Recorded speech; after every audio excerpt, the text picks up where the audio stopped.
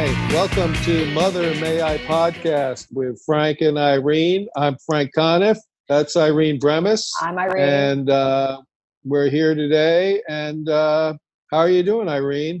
I'm doing good. Frank, that was a much more seamless intro. I think that you really need to grab the reins on that one because I have fucked it up not just once, but consistently every single time that I've done our introduction. Mm-hmm. So that was quite amazing, Mr. Conniff. So what's going on with you? How's life treating you on this new same day? Life is treating me, fine. It's I'm taking a bite out of the same shit sandwich that everybody's eating, but other than that, it's I would say I can't complain, except that I complain constantly. But I shouldn't complain, but I do. But you know what, Frank? That's why I love you, because I also love to fucking complain. Now, can we please talk about the shit sandwich? What I've noticed during this Corona thing is that I don't want to overdo it on the foods that I like the most, because I'm getting kind of sick of them, and that's like something joyful for me. Like certain foods that I'm overeating now, like grilled cheese is one. Like who doesn't love grilled cheese? It's the best. It's the fucking best. I haven't had any cheese in months because it's not good for my heart. Right. And I'm not going to, I'm a bad friend for even bringing up grilled cheese. Why would I do that? What kind of a fucking asshole am I to even bring up cheese? No, I love hearing about food that I can't have, even if I can't have it. It's sort of like a wet dream, isn't it, Frank? Like you just can visualize it. Do you ever have like, do you have any substitutes for cheese? Like, like the tofu, or I'm not really familiar with that kind of cheese sub. Anything that's quite... No, I,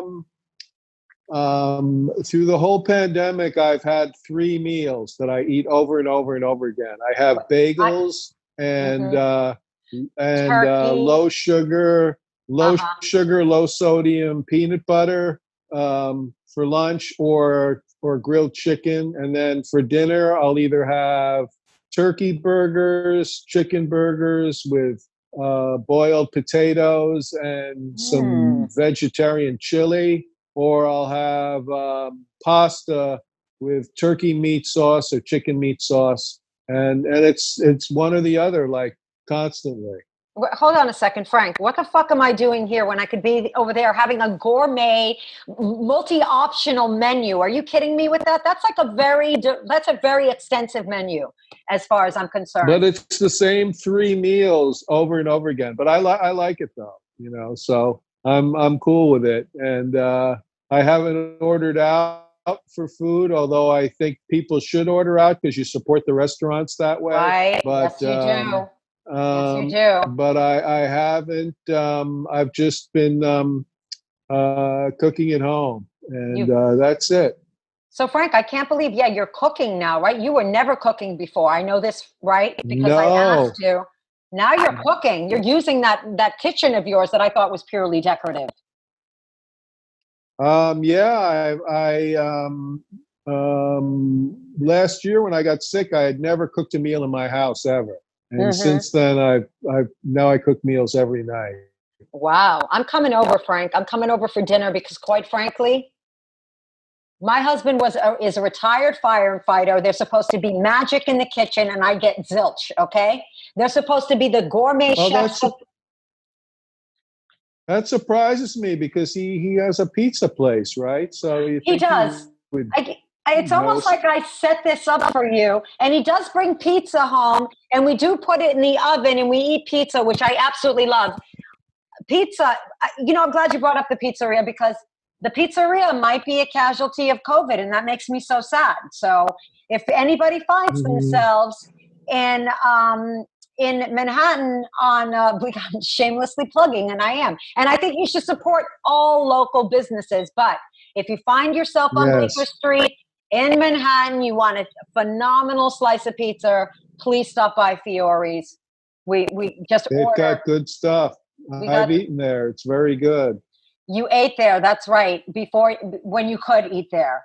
when you could eat there. Yeah. Frank, in fact, I made Frank take a picture with a slice in his mouth so that we can promote Fiore's, and he graciously did that. Remember, Frank? I was like, put this in And your you mouth. know what? It's not that I'm never going to eat pizza again, but it's like a once in a while thing now. Right, and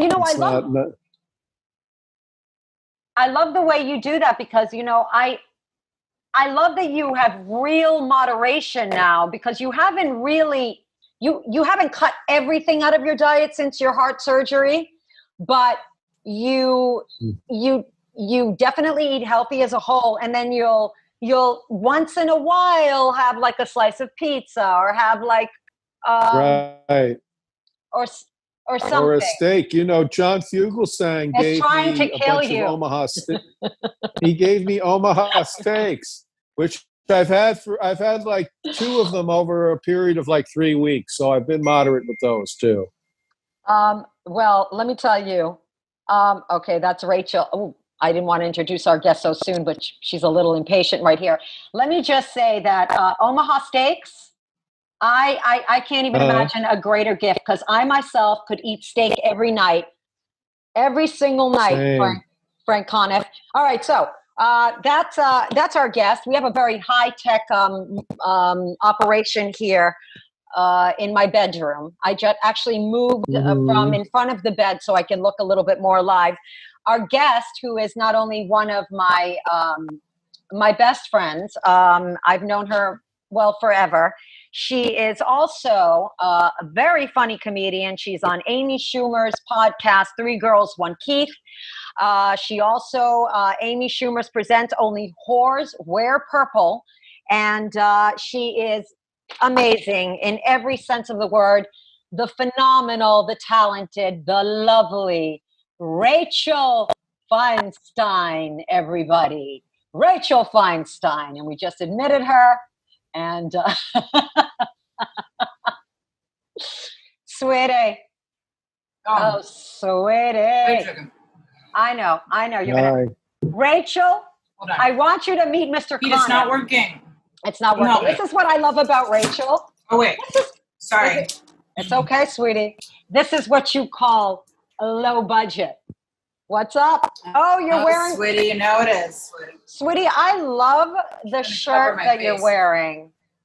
You're wearing the shirt that I really love, the Run DMC. Remember I tried to steal that from you and you give me everything. I've had it for like 20 years. Right. And it was like, I know it was hard for you to ask for that shirt back and it was painful. And a part of me wanted to keep it from you. But then I had to address the elephant in the room. And so I said, here's the T-shirt. Anyway, meet Mr. Conniff, Rachel. I would have forgotten about it and stolen. I would have forgotten about it and stolen it, by the way. Hi. Hey, hi. Hi, Frank. Good to see you. Rachel, thank you for having me, Frank. Rachel, we're so happy that you're here. Believe me. Now, Frank, Rachel, when we talk about like what's going on with COVID and you think about the things that you're glad that you wouldn't be, like the predicaments you would be in, thank God I wasn't this during Corona. Well, Rachel was quite preggers in Corona and delivered birth. Rachel, you look like you were never pregnant at all, sweetie, and that's a giant compliment. Look at Thanks to the expert trainer right here, sweetie. Don't forget who kicked my rump, sweetie. And I'll kick it because it's so fun to do. Rachel, what the hell? And I already know this, but I want Frank to know about this, and I want our listeners and viewers to know about this. What the fuck was it like, sweetie, being pregnant during Corona? And I know the answer already, so I'm going to have to act surprised. I was like weirdly into it. Just kind of pumped, about the whole thing. Just sort of worked for me. It was a shit show. There are some plus sides to it because I didn't have the fear of missing out. So at the beginning of my pregnancy, I was like hiding it, like I treated it like a teenage pregnancy and like my dad was a priest or something. It was very weird. I hid it until like the bottom of the 9th. I was dressing like B. Arthur, wearing a lot of like oversized blazers. I dressed like a district attorney on stage to cover it. Yeah, I remember. So that was weird. Yeah, you remember. And I do. But you always, like, if you don't mind me saying, you kind of also sometimes before pregnancy dressed like a district attorney. We've had this talk. You've had too many blazers in your closet. That is true. Discuss this. Yes. I wear a hostile amount of blazers, and I have been taken aside by a few people. And they're not like kind of edgy blazers either. They're like kind of navy, like Talbot's asexual blazers. I overblaze it. I'll admit it. I go rogue with a blazer. You know what? You have to. Yeah. And when you get on stage, you want to feel like that strong or something. I don't know. You just feel you blazer up, and then people will respect you, because I know I'm not a voice of authority. I'm aware I have no information. I never went to college. There's like, my worst nightmare is like a game of impromptu trivia. I have a lot of opinions. Oh my God, mine too, Rachel. Believe me, I have strong opinions on things I know nothing about, sweetie. Fake it till you fake it, right? Am I right? A lot of strong opinions and know absolutely nothing at all. So you should be on cable news. Exactly. When did you have your baby? I had her on May 20th. Wow. Well, congratulations. Thank you. She's very cute. I would imagine that must have been, all blazers aside, that must have been very, very stressful. And by the way, for the audience, Frank starts all his sentences like that. All blazers aside. No, it was crazy. Remember that weekend in March where it was like Tom Hanks had it and a few of the Golden State Warriors or some shit, and all of a sudden we were like, then we can have it too for some reason. I don't know why that. We have nothing in common with Tom Hanks, but for some reason I heard that and I was like, yeah. Rachel, I thought we had it before that. You know? I thought we had it before that when the MC was sick at that one show and he was coughing into the mic, sweetie. And what did I do as a good friend? I always made you more paranoid, sweetie, because that's what I do. I was a fucking harbinger of bad fucking news every single time. You were, but you made me be careful. I've never worried about germs or I never care about shit like that. I'm not a germ person. I assume I'm the gross one. I'll sip off anyone's drink. So when all the germ people were rambling about it, I was like, yeah, whatever, germ people. I figured there's always a few people in your lives that are like warning you about like swine flu, bird flu, all this shit. I never listen. I'm like, whatever. And then it got a little awkward. I think you might have not still listened had you not been, germing for two, sweetie. You had like the little one in the oven at the time and you were, No, you're not wrong. I mean, I know even I'm not wrong. The night after we found out Tom Hanks got it and everybody was weird, the next morning, I had to fly to Florida to do these shows. And I was just like, do I not fly to? And I was like, well, let's just get to Florida and then I'll see how it is. And Pete came with me, my husband came with me, and it was like they weren't acknowledging it in Florida. Like the shows were sold out. And I was like this, remember? I was like, no, Rachel, you got to come home, sweetie. And you did because they weren't acknowledging, but you did. And I was really proud of you. You just, you canceled the rest of the shows and you came home. And I did my first 2 Friday shows. Let's not lie to the viewers. Sweetie, I did a couple. Well, you're anything, sweetie, okay? And a girl's got to make some money, sweetie. I know. I was like, I can't fly out here and bring home no dough. I did my Thursday, Friday shows, and then Saturday was getting like really weird. And everybody was, and in New York, like you couldn't get a fucking loaf of bread, and everybody was telling me it was like a shit show. So Saturday I canceled. Yeah. For the baby, as a mother, and I start all my sentences like that. Yeah. So I canceled Saturday, and then it just got really weird really fast. Like then I found out I had gestational diabetes and which is a complication, makes it a high risk pregnancy. It's not that crazy if it wasn't a global pandemic, but I couldn't go to really appointments regularly. Then there was an outbreak at our hospital, and it was just increasingly fucked up. And one of the scariest things I think was, and I really felt for you, was that Pete might not be able to come. There was a time that we thought he might not be able to be there for the delivery. Remember? Yeah, they told us he couldn't be in the delivery room. Couldn't be there for the delivery room. Fucking daunting. Oh, there he is now. Nice ass, sweetie. Sorry, that's sexual harassment. Yelling at your husband. Did you hear that? Can you hear her? She said nice ass. Sweetie. I said say sweetie. And he loves it. It made his day. He loves it. So now you have the baby, and I'm dying to see this baby.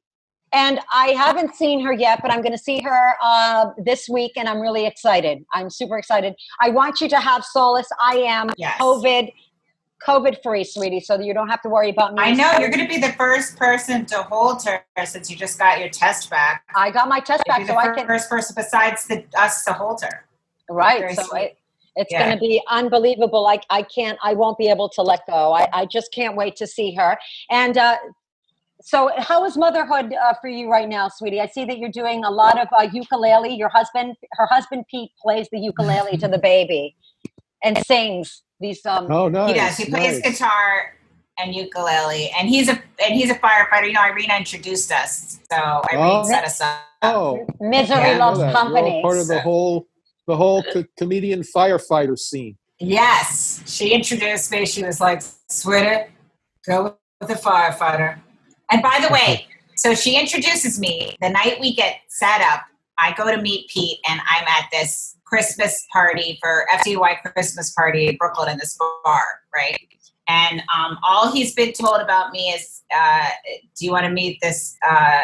This is how Junior, Steve's son, described me that worked with Pete. Do you want to meet a semi-famous Jewish comedian or Jewish jokester? It was not an arousing. That'll put you right back to bed as a man. He put his dick away and called it a night. Tucked it away. That's so right. For some reason, he came to meet a semi-famous Jewish jokester, and then Irene was with me.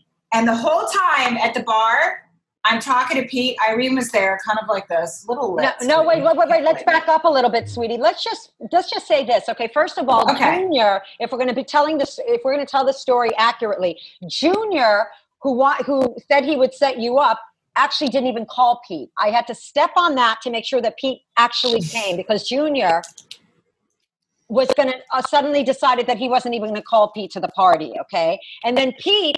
Then when he kind of cock-blocked it. He cock-blocked the whole process.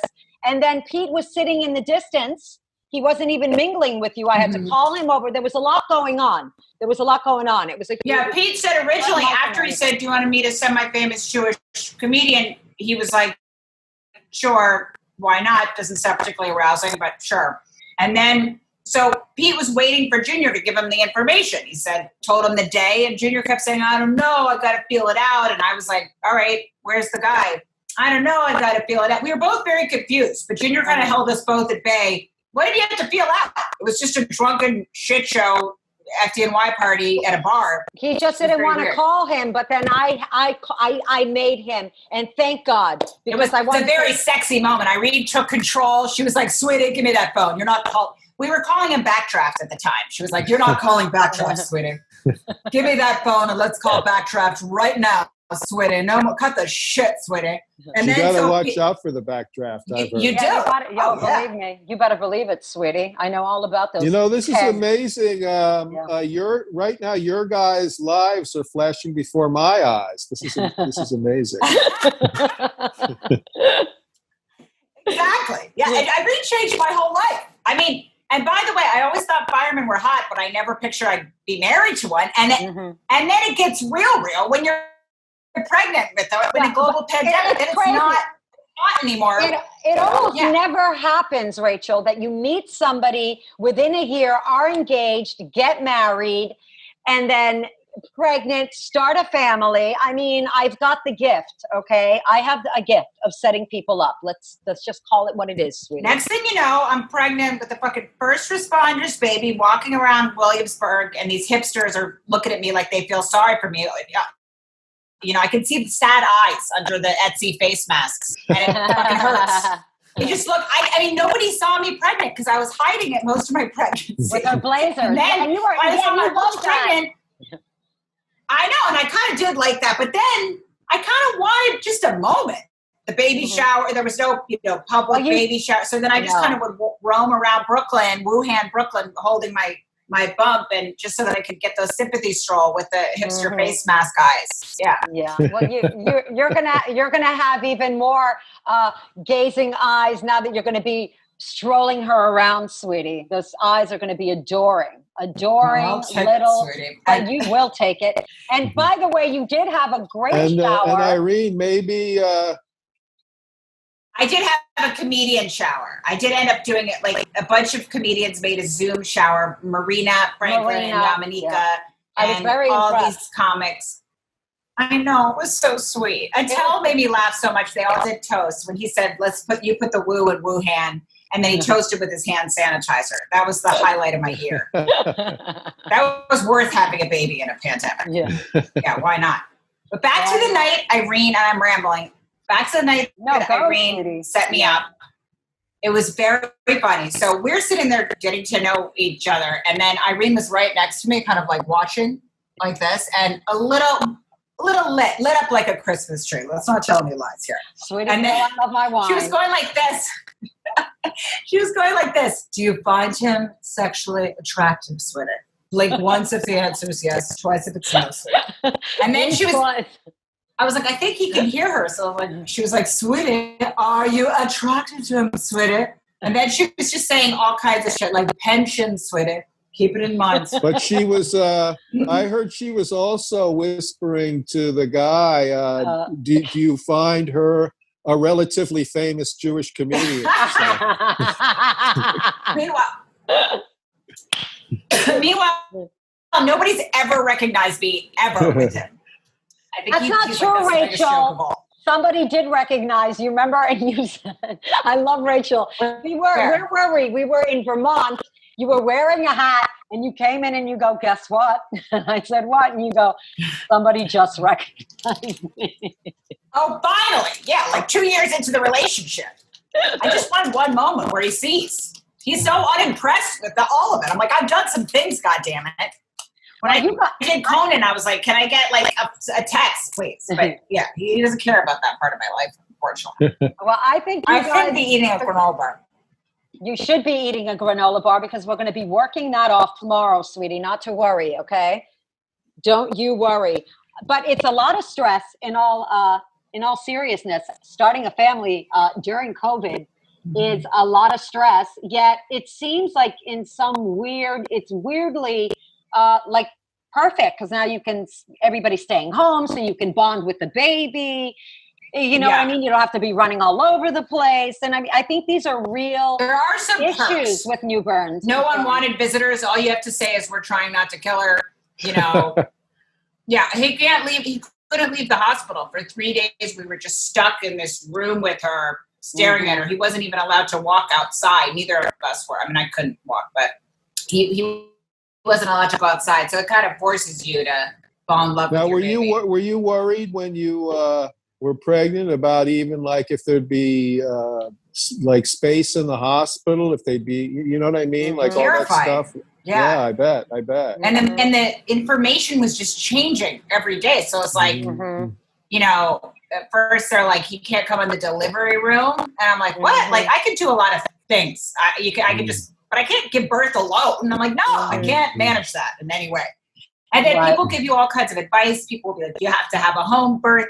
You need a quarantine from your husband. Those people are out of their minds, okay? Don't even get me started with the fucking home births, okay? Who wants to give a home birth?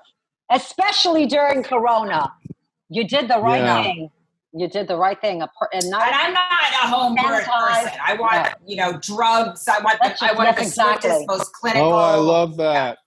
Yeah, exactly. The whole idea of a natural childbirth without drugs, it's just disgusting. For me, it's in a bathtub. I can only speak for myself. Some people love to do it.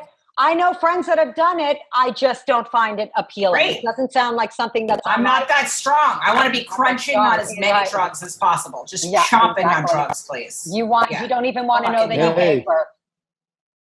Exactly. Hey, I was born in the 50s, and my mother drank martinis through the entire pregnancy with me. So that makes me feel so much better. I love those kinds of tales because the first 2 months I didn't even know I was pregnant. So I love hearing that. Yeah, I'm from the era. My mother was a smoker and a drinker, and she had 5 kids. And smoked and drank through every pregnancy. I know. Why does she sound so hot and exciting? She sounds very hot. What was your mom's deal?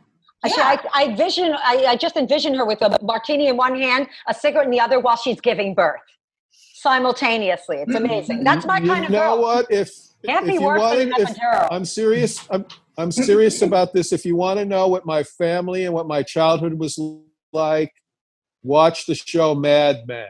That's my childhood. And where'd you grow up? I grew up in Manhattan and also partially in New Rochelle in Westchester. Was your dad hot, and did he work in advertising? He didn't work in advertising, but he worked in he was a newspaper man and a journalist, and my mom was a housewife and a martini drinker. So I love her. I love very her much already. of that era. Did she smoke like a long cigarette? She did like a long, like one of those, whatever it's called. His father was very handsome. He looked like Dick Tracy, that kind of like comic book. Yes, but with a strong chin. Never seen a picture of him already aroused. That you're already aroused. Let me tell you something, sweetie. I could see your nipples. Let me tell you something. This man had a strong chin. Okay, he could take it to the chin. And not flinch. Yes, that's what I'm talking about. But he was smart. Yeah. He didn't have to be in a boxing match, you know? He had that. I love a guy that looks like he has like an anger problem he's barely managing. You know? And I picture your father like yes, that. absolutely. Yeah. Can I just suggest that when you put this podcast up, you got to put a pic of the father up? Because ladies have got to have something to blast themselves to. Okay, that's right. Father and mother. I want to see them both. What was your mom's name? My mom's name was Liz. And how'd they meet each other? I don't know exactly where they met. They got married in 1951. And my dad was 37. Perfect. My mom was 21. Ooh, I like it. I like the 10. Oh, that's like he's going for the younger lady. I like it. And that's the story they have on the books. Steve did the same thing. Steve did the same thing. Steve did the same thing, sweetie. A younger woman. Who else is going to wheel him around, sweetie? I know. The hottest redhead in town. That's who. I'm still into younger women. Really? You are? I'm still totally into younger women. I'm always trying to meet women in their 50s. So. You have a girlfriend now? Are you dating? Not at the moment. I've never been, the pandemic is really fucked up for me because You're not getting as much pussy as you usually do. Well, he has pussy. It's not never Millie. been hot. I've never been hotter than I am right now, and I can't see anyone. God damn it! Yeah. All that going to waste. Totally, all of this is going wrong. to waste. Yeah, it's not going to waste. He's got a sweet ass and sweet hair to match, sweetie. What did I say? That wave, that length.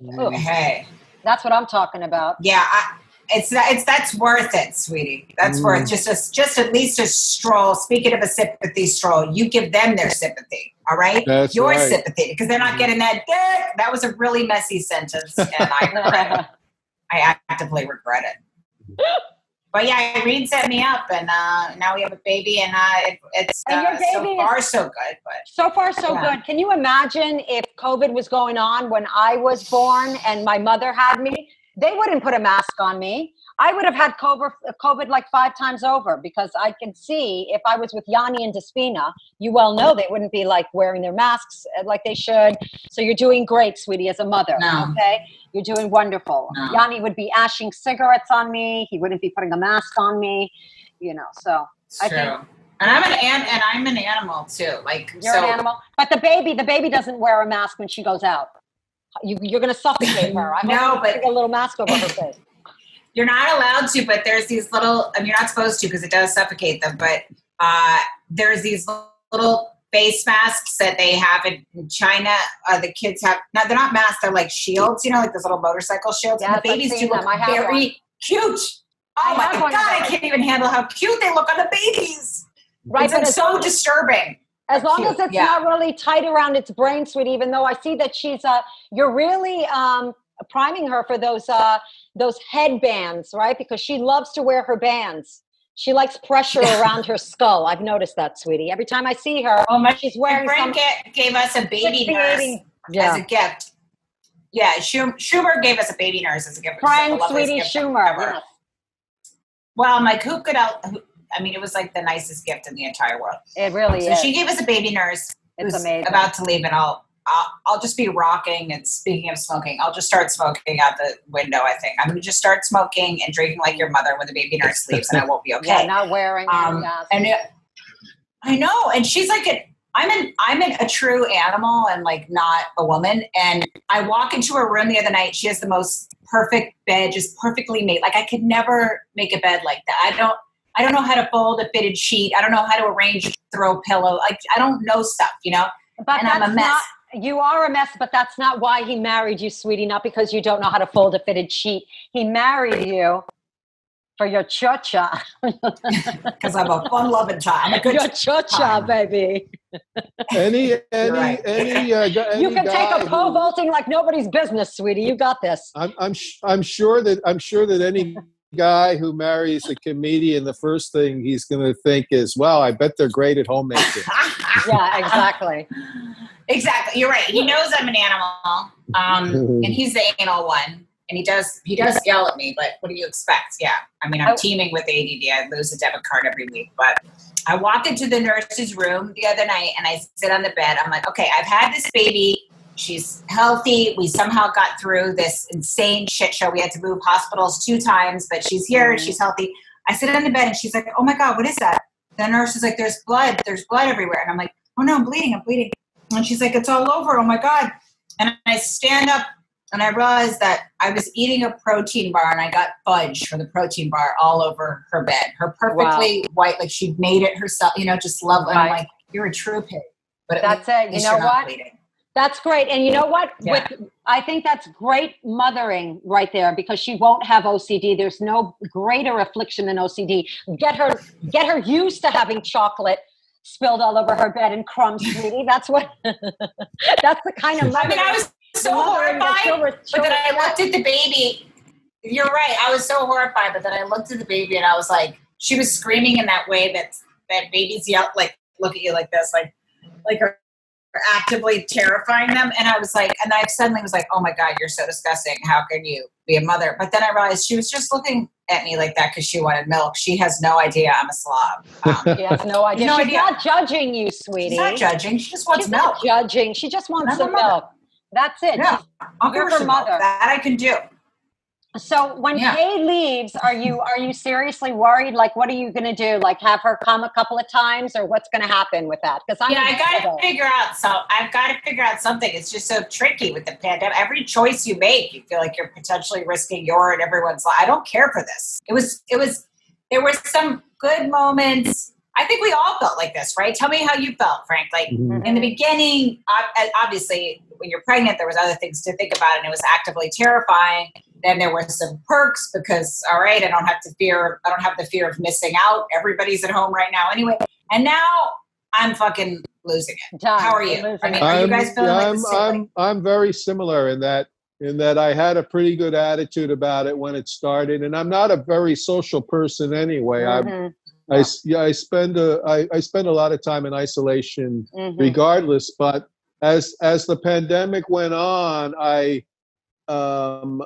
I just got this sense of loss and this sense of New York not being what it was like a few months ago, you know, New York not being the vital, exciting place of people not packed into restaurants, you know, the streets not filled with people. It just depressed me, you know. It was, I don't like it when the world is a metaphor for my depression. Right. Yeah. No, it's so true, Frank. You're hilarious. Okay. That was funny and poetic, Frank. He's very poetic and funny. You know, Frank, in the beginning, and Rachel, you know this, I used to feel bad for anybody that was alone in isolation. But in all honesty, and I'm not just saying this, I actually, you know, it's hard to be with somebody on a consistent though. Like you know, I'm not used to being even around Steve. I love Steve, but we're not used to being around each other 24/7. And now I'm actually kind of envious of anybody that's alone during isolation. Yeah. I feel like you need breaks, you know, because it's not so easy. All my friends want to kill their husbands. You want to kill your husband, you know? We're losing it. We're not speaking to each other, and there's nowhere to go. He's upstairs, I'm downstairs. You know what I mean? So it's hard. Yeah. You know? I think it's like he had to move in the pandemic. We had to move in the pandemic. It was just the two of us. There's that. You had to move on top of everything else. We couldn't hire anybody because it was like in March where nobody was hiring anybody, and then we had to move, and you know, we were losing it. He threw my Reebok step. Mm-hmm. He threw my Reebok step that I used to work out for my sad home workauts with Irene. But that's how much of a shit show it was. Penis. You know, you sound very like not that crazy. And from what you're describing, you've like had the worst fucking pandemic. Yes, she really has. I've heard of. You were pregnant.